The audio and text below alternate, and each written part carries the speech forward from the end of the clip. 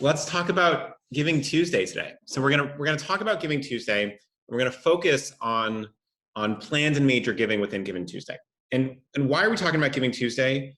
Well, when our team thinks about the topics for these sessions, we try to focus on what are the most important things in fundraising, but not simply what are the most important things. What are the important things that are more important than they were last year or a few years ago, and that are only increasing in importance going forward, right? So what are the new trends that we as a sector have to be adapting to and making the most of?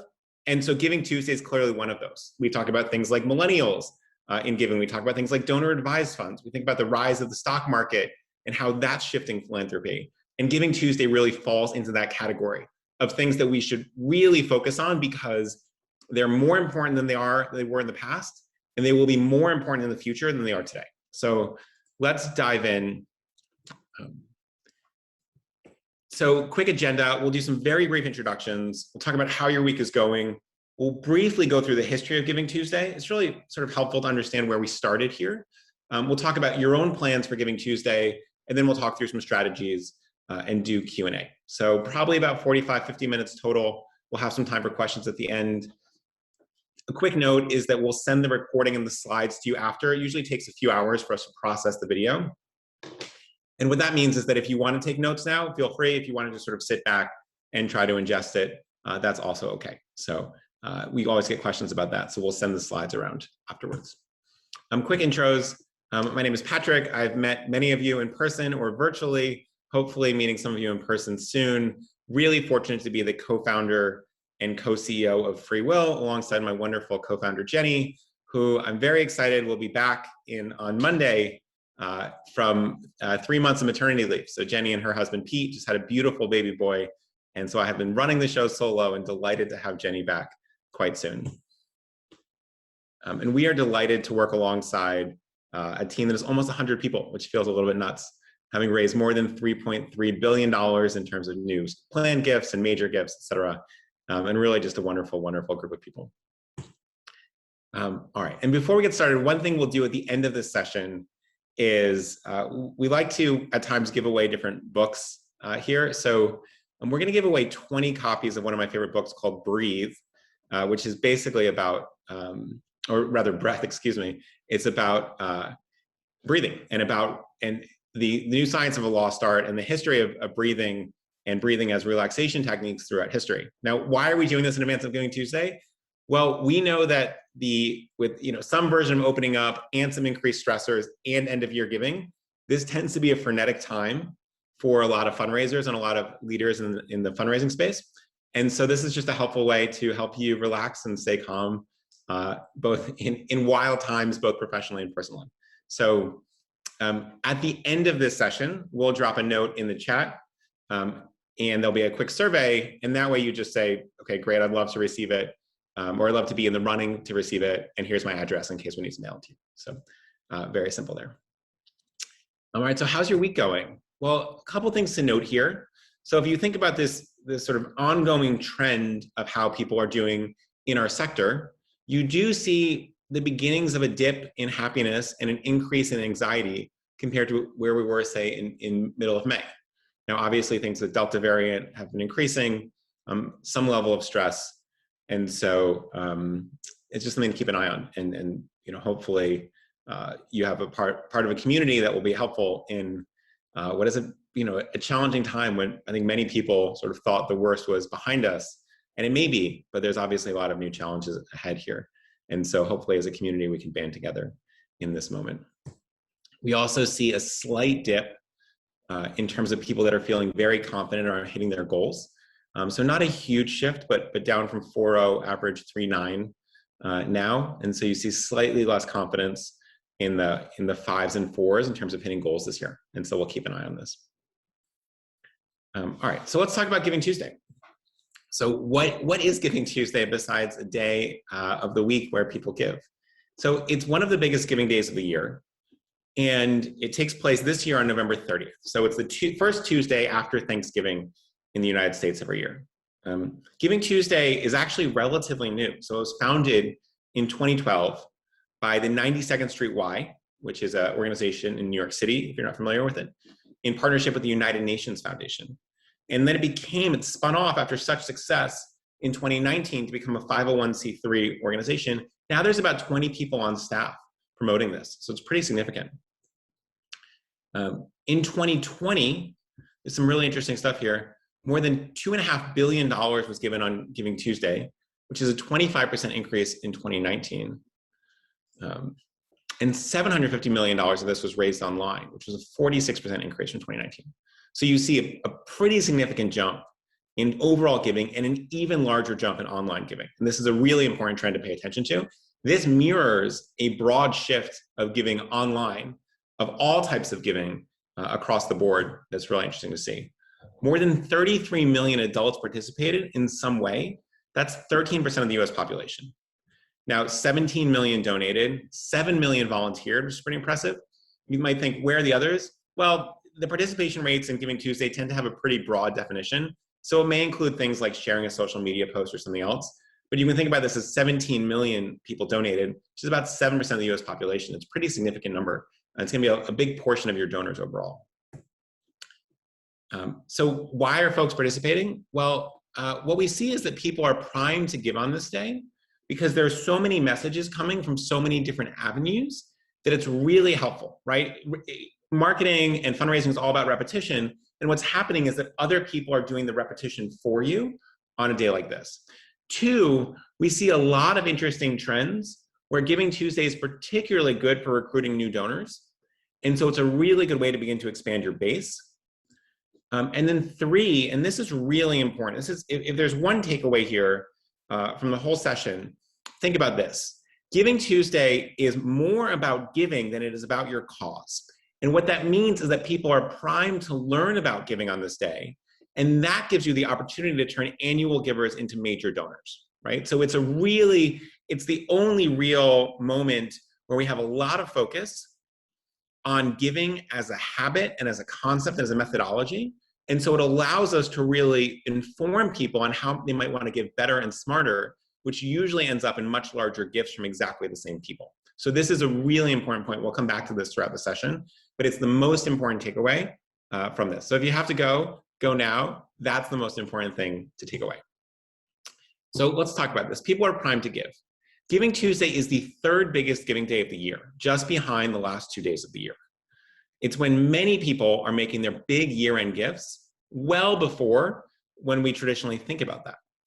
It also keeps getting more important year after year. We showed you that increase, 25% more from last year. You might expect a similar 25% leap forward this year compared to 2020. And so a huge increase in overall giving donors and money. This, by the way, is a graph of all the days from early November through the end of the year.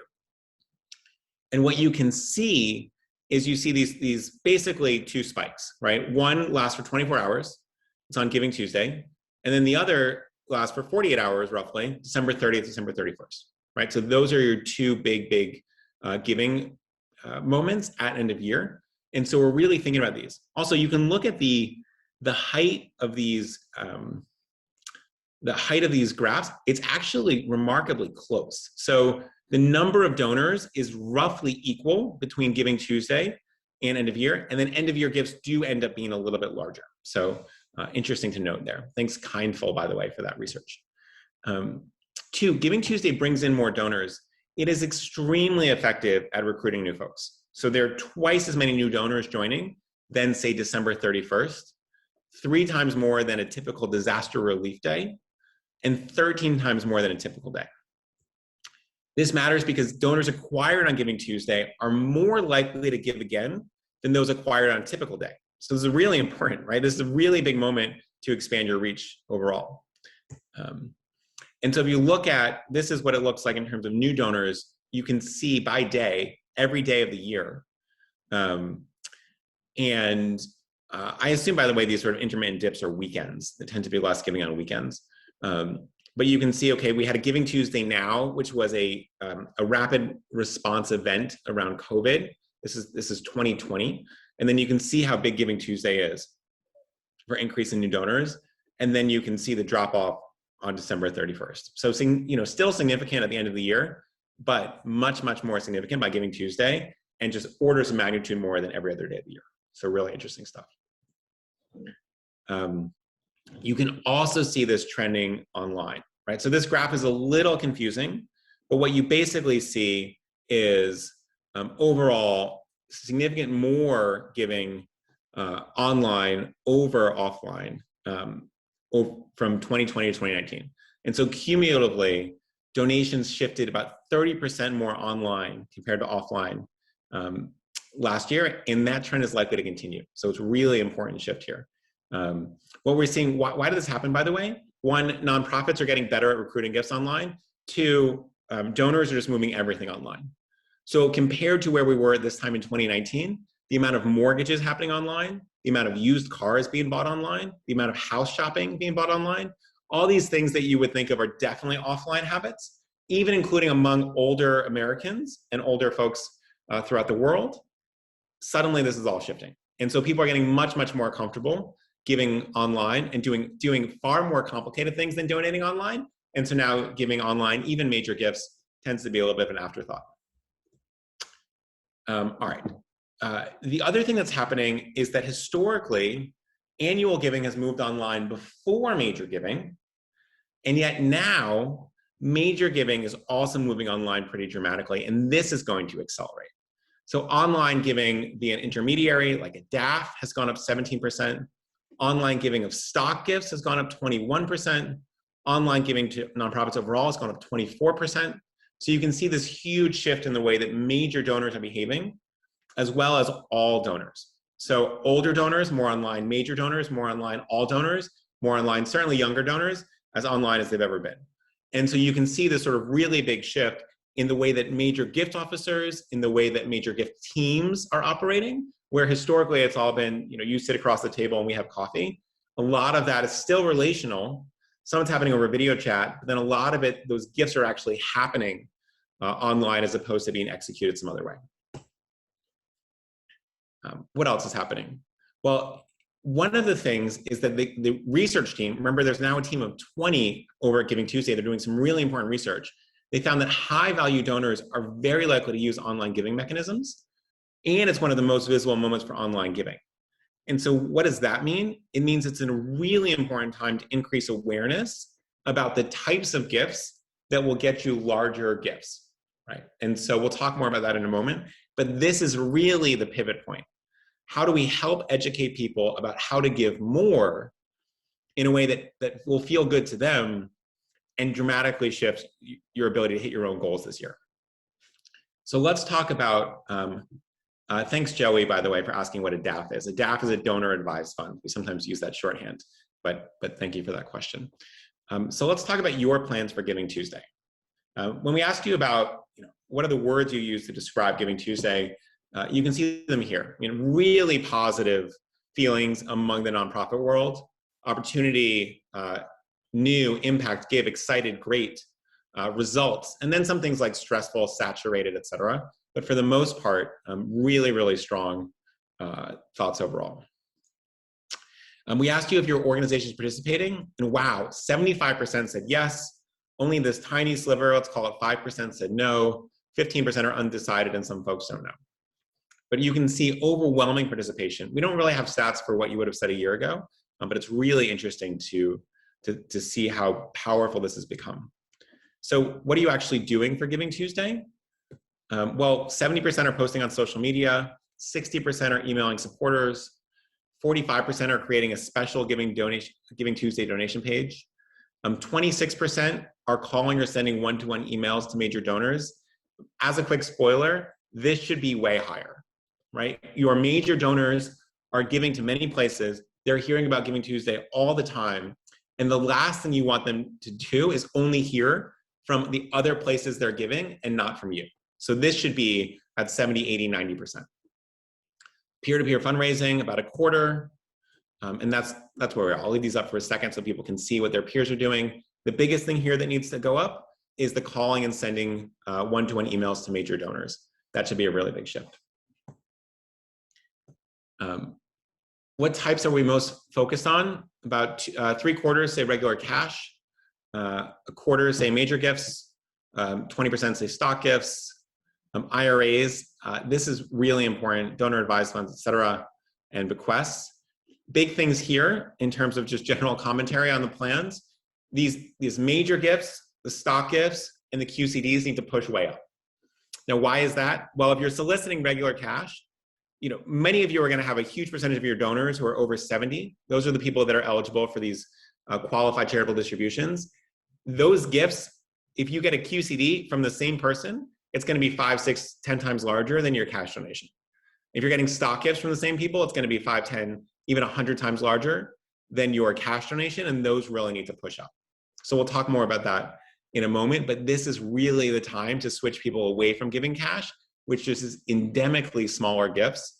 And it's one of the sort of fastest paths to success or failure is what is your blend of gifts in a day like Giving Tuesday. And so then how finalized are these plans, right? We talked about what people are doing and is there a space to change things up? Well, actually, only 50% say nothing, 50% say nothing is finalized. 34% may have some calendar, but they still need to create the actual content of their Giving Tuesday campaigns. 23% still need to finalize their campaign calendars. And so what you can see here is that most people are still figuring this out. Now, we do have a couple of months, so we're in pretty good shape here. But again, coming back to this idea of making sure that we're moving folks into larger gifts at the moment of peak education around giving is a really important strategy, right? So you want to ask yourself, what are we teaching our donors about giving around Giving Tuesday? Because this is our best window in the entire year to really introduce new thoughtful ways to give that are going to result in much larger gifts. All right. We asked people whether they expect a change in giving fundraising. 34% expect to raise more this year. 33% expect to raise the same, and then a ton don't know. My guess is that when we look back on this, something like 70% of you will have raised more this year than last year because this escalating trend in overall participation of Giving Tuesday. All right, so what does success actually look like for major giving, right? When we talk about this, how do we actually think about how to orient our plans, right? So often these conversations end up quickly in tactics without thinking about strategies or goals. And so what do we actually mean by success in major giving, especially around Giving Tuesday? One, that donors feel closer to your organization. Two, that the number of major donors increases, meaning some folks are moving from annual giving, $50, $100 a year, to a couple thousand or tens of thousands of dollars per year, and that you're really increasing your portfolio of major donors. Three, that the average gift size from previous donors increases. These are really what we're aiming for, okay? So then you can actually look at your plans. So many people just start writing things on a calendar, but they don't figure out why they're doing it, right? So make sure that these things are the lens that you're viewing your plans with. How, are we building closer relationships? Are we going to generate new major donors? Are we going to get larger gifts from the same people? And then you start to build your plan around these goals. So talking about strategy, the biggest thing that we can tell you is you really want to educate donors on the practice of giving around Giving Tuesday. Now, why now and not end of year?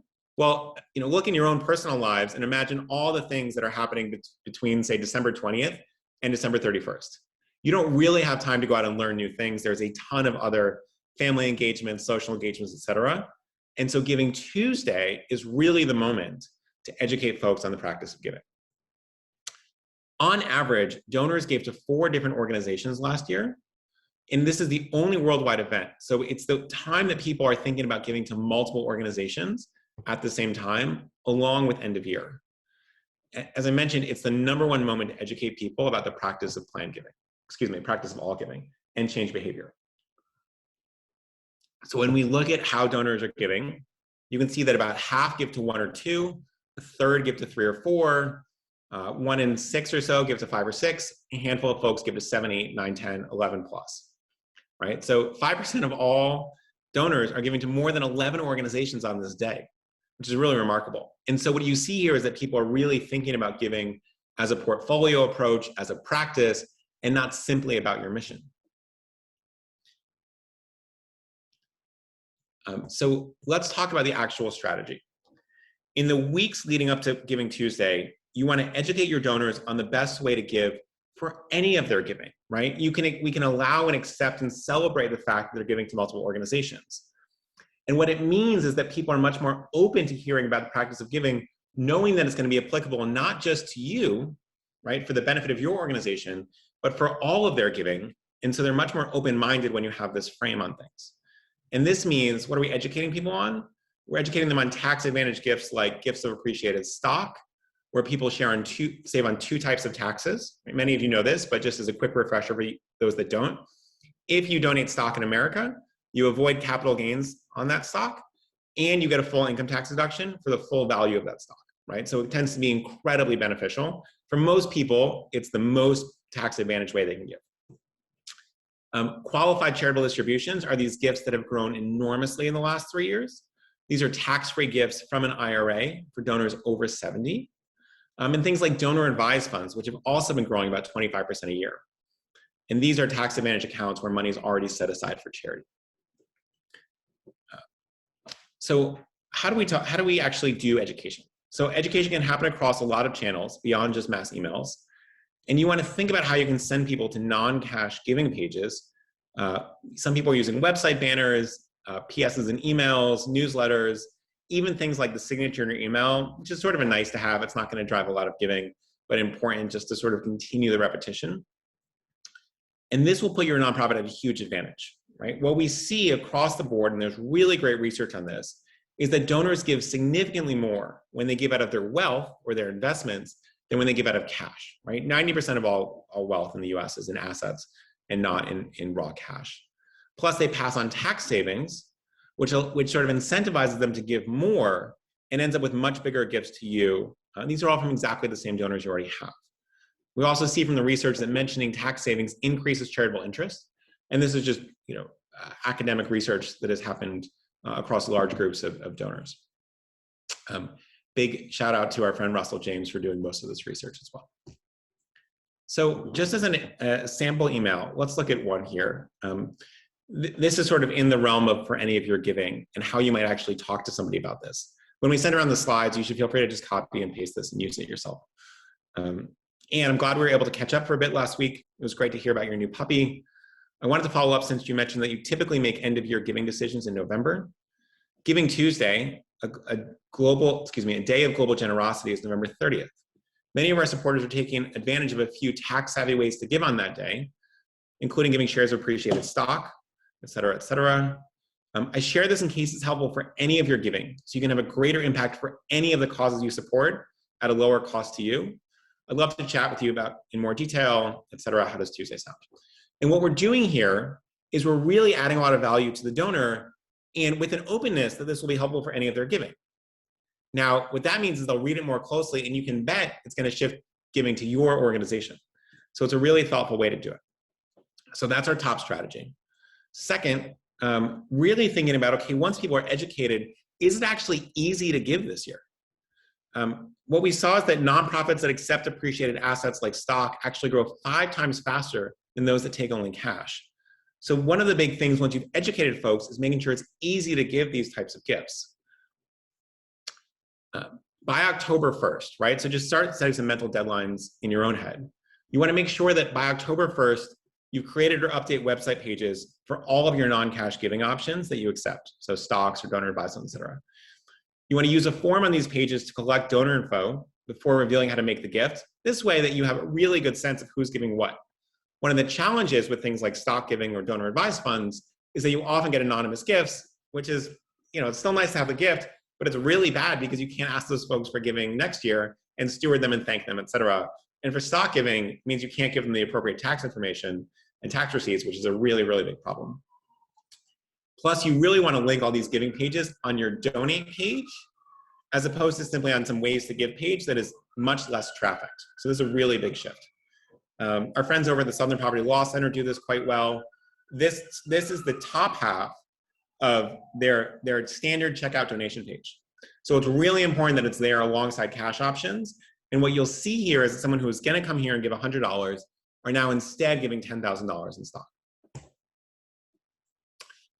Strategy 3, there is a lot of noise around Giving Tuesday, right? We just showed you that 5% of people are giving to 11+ organizations. and it can be hard to stand out.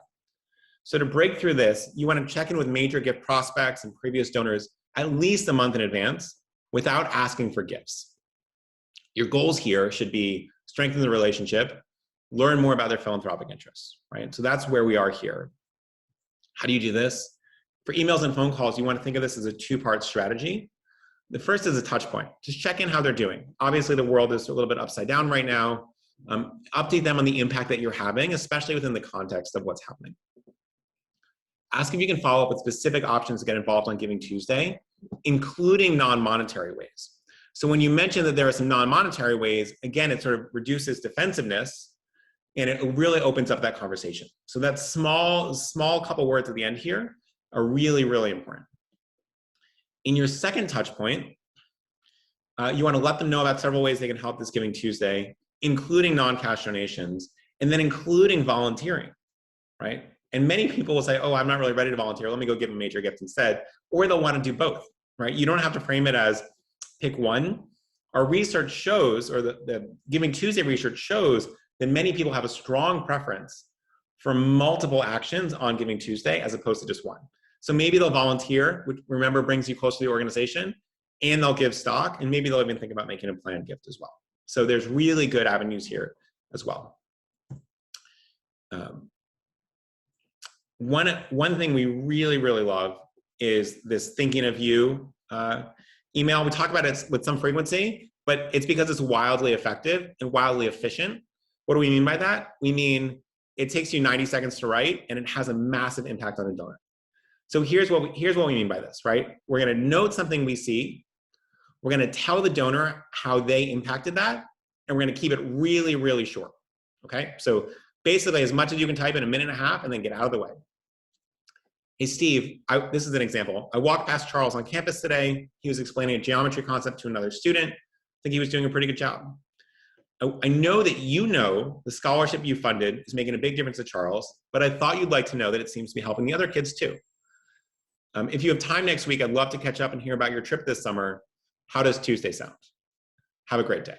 And so it's really short, feels really sort of spontaneous, and you can imagine how being a donor and this making your day to really understand the impact you're having with great specificity, with a lot of visuals. You can really sort of close your eyes and picture these kids on campus, et cetera. So really simple, straightforward. So let's talk about, that's a lot on major giving. Let's talk about what to do on planned giving around Giving Tuesday. So there are two things you should know. One is most people don't make their wills during the holiday. Instead, people make wills and make planned gifts during the workday and sort of more typical run of work. But research shows that people do have a preference for taking more than one action on Giving Tuesday, and planned giving can be the next action for loyal donors that aren't sure how else to contribute. The other thing that's happening is there's something called National Estate Planning Awareness Week. Now, when our team first brought this up to me, I obviously didn't know that this was a thing. I thought, this is silly. Why are we doing this? Nobody cares about National Estate Planning Awareness Week. And it turns out I was totally wrong. It turns out it's one of the best moments to secure planned giving before end of year giving season starts, and shifts the focus to real-time giving. And last year, FreeWill partners generated more than $6 million in commitments in just a week. So why does this actually work? Why does this happen? I mean, this is sort of, somebody along the way made up National Estate Planning Awareness Week. They just declared it. Now it's a thing. Why does it work? Well, it turns out it sort of has the same impact of Giving Tuesday, where people sort of put off making decisions. They put off making wills, and it adds urgency. And so you have this sort of mark moment where everyone says, okay, I guess we're just doing it this week. From a kindness perspective, from you all, 70% of Americans don't actually have up-to-date estate plans, which is a disaster. And so helping supporters with this is quite kind. But from a fundraising perspective, getting supporters to make wills and bequest commitments secures the future of your organization for decades to come. I mean, many of you know this, but the average bequest is between $60,000 and $100,000, whereas your average gift might be $80. And so it's just massively shift. How do you want to actually put what we call NEPAW, National Estate Planning Awareness Week, into action? We want to email all supporters at least twice during this week. A common myth with bequests is that they'll come only from wealthy or loyal donors. But anyone can make a bequest and have an impact for decades because it doesn't affect them financially today. Part of it, obviously, is an easy way to make a will and leave a legacy gift. I want to come back to this point very quickly about the myth that bequests are only for major donors. And what happens is you typically have this sort of donor pyramid where it's like, get on the email list, sign a petition, go to an event, become a donor, become a monthly donor, become a major donor, become a planned donor at the end. And it's sort of gradually working their way up. And instead what happens is a lot of people just sort of jump the queue and they'll go from being a volunteer to being a planned giving donor. Or we routinely see people make large planned gifts who weren't donors at all during their lifetime. Now, why does that happen? Well, sometimes the people that are savers end up being the best planned giving donors because they just don't like spending a lot of money and it all just sort of piles up. The other thing to know is that any of you who are thinking about buying a house right now know that housing prices have gone up dramatically. And what that means is that the housing costs mean people have less cash, but actually more assets for those at least who own a home.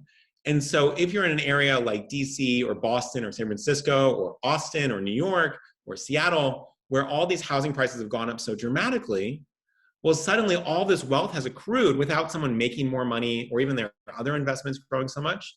And so if they leave you 20% of their estate, which includes a house that's worth now $1.5 million, suddenly that's just a massive gift. But that person doesn't have thousands of dollars lying around to give you, let alone hundreds of thousands of dollars. And so the housing market has really shifted to make planned giving even more important than ever. All right, so let's talk about next steps. That's just a little bit on Giving Tuesday. The next steps here are go big on National Estate Planning Awareness Week. Don't forget about Giving Tuesday entirely. We talked about how research shows that people on Giving Tuesday want to take multiple actions. And after donors given on Giving Tuesday, you may want to follow up about planned giving as one more way that can make an impact. So here's what that might look like. Anne, thank you so much for your gift. We know it was Giving Tuesday, as you know, it was Giving Tuesday, and we raised over $50,000 to feed our rescue puppies for the next year. We couldn't have done it without your generosity. I also want to share one more way you can have an impact this year, making a gift in your will. It costs you nothing during your lifetime, and it's a powerful commitment to our work and mission for generations to come. You can learn more here. If you have any questions, et cetera, et cetera. And so what you see here is, thank you so much. We know you want to have impact. Here's another avenue, and it's an option for you to have more impact. Think about it, right? And this will end up generating a lot more gifts. And again, planned giving is one of the ways to really bring people closer to the organization overall. All right, so let's talk about what your Giving Tuesday calendar looks like. By October 1st, make sure all these non-cash options are on your donate page, not just on your website, but on your donate page. You want to finalize your email calendar and make sure you're including some non-cash giving options, even if it's just a PS, right? If you already ran out all your content, think about how do we add a PS about different ways to give, knowing that these gifts are going to be much larger from the same donors. Throughout October, continue stewardship calls and emails to all major donors. Ask for permission to share more about Giving Tuesday. And then starting in November, send follow-up emails to anyone who didn't respond to initial outreach. Continue calling major donors. Focus on this education about more impactful ways to give. Send supporters a calendar invite for Giving Tuesday. This is actually really helpful. So a lot of folks, especially those who are working full-time, live and die by their calendars. And sending a small calendar invite around Giving Tuesday can be really useful. Here's what this looks like as a sample for East Iowa University, which we just created as sort of a model. And it's just, you just all day Giving Tuesday, right? And you just note it. And then in the description of the event, you probably want to add a link or two. Be part of the entire alumni community coming together, et cetera. And here's a link where you can participate. All right. And then the week before, you're sending reminder emails to top prospects, again, including non-cash giving options. You're making phone appeals so donors can ask questions, plan ahead, decide how they want to give. And then the day of, you want to send solicitation emails and include postscripts in mass outreach. We have a bunch of templates available for you. If you haven't done it and you're feeling stressed, feel free to use these templates as a way to reach out. They're based on all of the best research in terms of fundraising. And then the day after, you want to send thank you emails, including information on planned giving as another way to make a big impact. Okay, so that's a wrap in terms of overall strategy. let's talk about some resources. Just as a reminder, we're going to drop, I think my colleague Simone is going to drop the survey into the chat. So this book on breath, we're going to send to 20 people as a gift. Just make a note in the survey if you'd like a copy, tell us where to send it, etc. Thanks, Simone, for just posting that in. So that link is in the chat right now if you haven't seen it. And there are a couple of resources that we put together for you. So we put together a whole Giving Tuesday toolkit for planned and major giving. A lot of the samples that we walk through in this webinar are in that toolkit. You'll probably get the webinar as a PDF, so it's going to be a little bit annoying to copy. This toolkit will make it really, really easy. We have a whole guide for planned giving during NEPA, again, National Estate Planning Awareness Week. I continue to be surprised at how successful this is, and yet it's very, very successful. So make a quick note in the survey if you want to receive these. Okay, other things, if you'd like to, you're welcome and invited, but obviously no pressure at all, to join a 30-minute demonstration on Thursday, this Thursday, with my colleagues Alyssa and Josephine, who are wonderful. And they'll walk you through some of the technology that a lot of nonprofits are using to grow their major gifts, and particularly some of these non-cash gifts that are super important, as well as grow their planned giving. So just make a small note in the survey if you'd like to join that. We'll also send around the recording for that after the fact for folks that sign up for it. Really quick and simple and fun there. And then if you would like a one-on-one demonstration of some of these tools, just make a note of that in the survey as well. All right, so we're gonna take a 60-second break. I'm gonna grab some tea and look through the Q&A, and then we'll answer some of the most common questions. And then hopefully we'll give everybody a little bit of time back before their next meeting or event.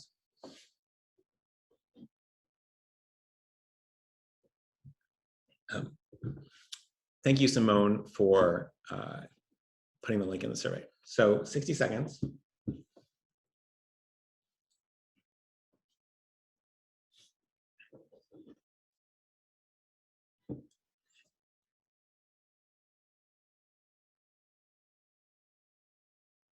Okay, great question. All right, so first question is from Audrey. Audrey says, this year we are planning to focus on securing monthly donors. Do you have suggestions for strategies for this? Or do you think we should focus on the monthly giving exclusively or ask people for one-time gifts also? So Audrey, this ends up being really a math problem, right? So your monthly donors, the value of a monthly donor is how much they're giving a month times how long they tend to stick around. So a typical monthly donor might stick around for 18 months or 12 months. So if you're getting $30 a month, it's $360, or I don't know, someone else can do the math for me, a little bit more for 18 months. And so that's one option, right? And you basically have to say, okay, great. A monthly donor for us is worth $540 or $360, whatever it may be. And then you look at, okay, well, if we were going to get some of these one-time gifts that are major gifts, that are stock gifts or QC or something else, that might be $4,000. In that case, we want to push people more towards the $4,000 gift than the monthly gift because it just ends up being 8 times larger. The challenge there is figuring out that math, and you actually just want to write out your assumptions and figure it out. The other thing to note is that there are some donor advised funds that allow monthly distributions out of those. There are some IRA custodians that allow for quarterly or monthly distributions from your IRA or annual recurring donations there. And so I would look at those as well as part of your overall recurring strategy. Monthly versus quarterly doesn't really matter. The reason your organization is moving towards monthly donors is that predictability. And so I'd really look and expand how else can we build predictability into it through some of these. Elise says, is major giving moving online because of the pandemic? Will that trend reverse post-pandemic? Elise, what we have seen from industry experts, both in the fundraising world and then in other financial sectors and other things like that, is that they believe that for the most part, what happened is the pandemic forced people to learn a lot more and get a lot more comfortable with online stuff, including online giving, but also online financial transactions, other things like that. And that once that's happened, a lot of those shifts are here to stay permanently. You can even think about sort of the way that work is done. You know, so many people think, oh, wow, this thing is actually so much better now that we've been forced into it. And so a lot of that will stay. You will have more things like galas returning at some point, and yet a lot of these sort of transactions are going to stay online. So I would expect this trend to continue. It won't quite be at the acceleration over the last year and a half, but you're likely to see it continue. Someone asks how major gifts are being defined. It varies quite a bit by organization. So if you are Harvard or Yale, you might be defining those gifts at 6 figures. If you are a small organization, you might be defining that at 3,000 or 5,000. And so people are welcome to share their own definitions in the chat, but it really varies based on the size of your organization and the sort of overall wealth of your donor base.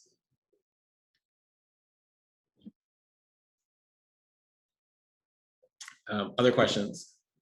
Do most folks participate in the Giving Tuesday and do an annual day of giving at a different time throughout the year? Ryan, this is totally appropriate to do, right? You're basically deciding, you know, you're just assigning importance to a day that otherwise doesn't have importance. We'd really welcome it. I mean, I think you don't want to do them back to back, but you may have a day of giving in the spring and then Giving Tuesday in the fall, and that can be a really, really good fit.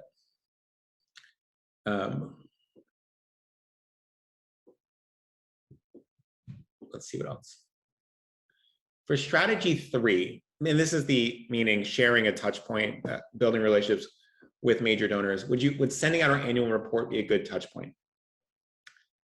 Possibly, but I wouldn't send out the annual report on its own, right? It feels very sort of mass marketing. When you think about your major donors, you'd say, hey, you know, think about this email, right? Dear Anne, we'll pretend this is a secondary school.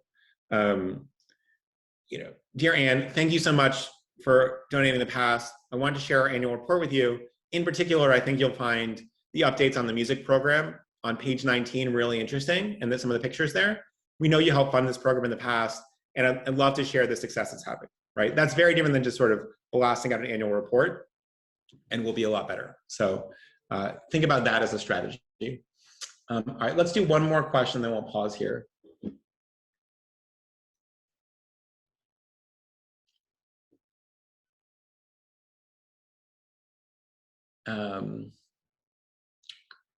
Let's see, a good question.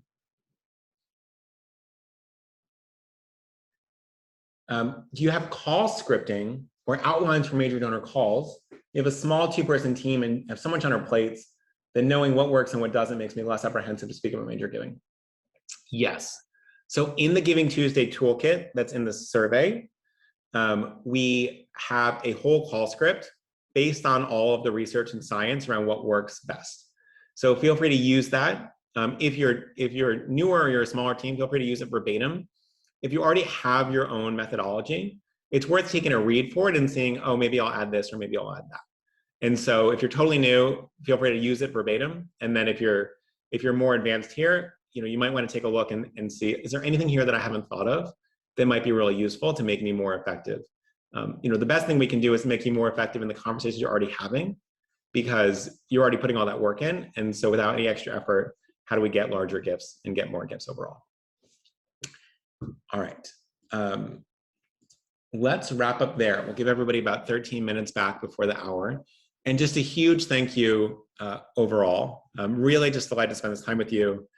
Thank you for pushing yourselves to learn all this. We know that Giving Tuesday and end of year ends up being a little frenetic. So being able to really soak in some information now is a credit to you all. Final steps, just please again, fill out that survey in the Zoom if you get a chance. The next session we're gonna do is in 2 weeks. This is gonna be on the rise of donor advised funds. So donor advised funds, as many of you know, are growing about 20% year over year. The biggest donor advised funds have passed things like the Red Cross and United Way as the largest recipients of largest individual 501c3 recipients. And it's creating a lot of sort of positive and negative shifts in the charitable giving world. And it's really, really interesting to dive in. And so we'll walk through exactly how this happened. What are the dynamics that led to donor advised funds becoming so large? And then what do you actually do about them? And what's the future likely to hold on donor advised funds? And so that will be in 2 weeks. So if you're interested, you know, we'll send calendar invites and we'll sort of send a note about that in case anyone wants to sign up. And if not, no problem at all. But really looking forward to doing that. I know we've already done a lot of research there as well. And then if there's anything else you need, just feel free to email me at patrick@freewill.com. We'd love to hear from you. So thank you again. Have a wonderful, wonderful week. And we'll hopefully see you in a few weeks.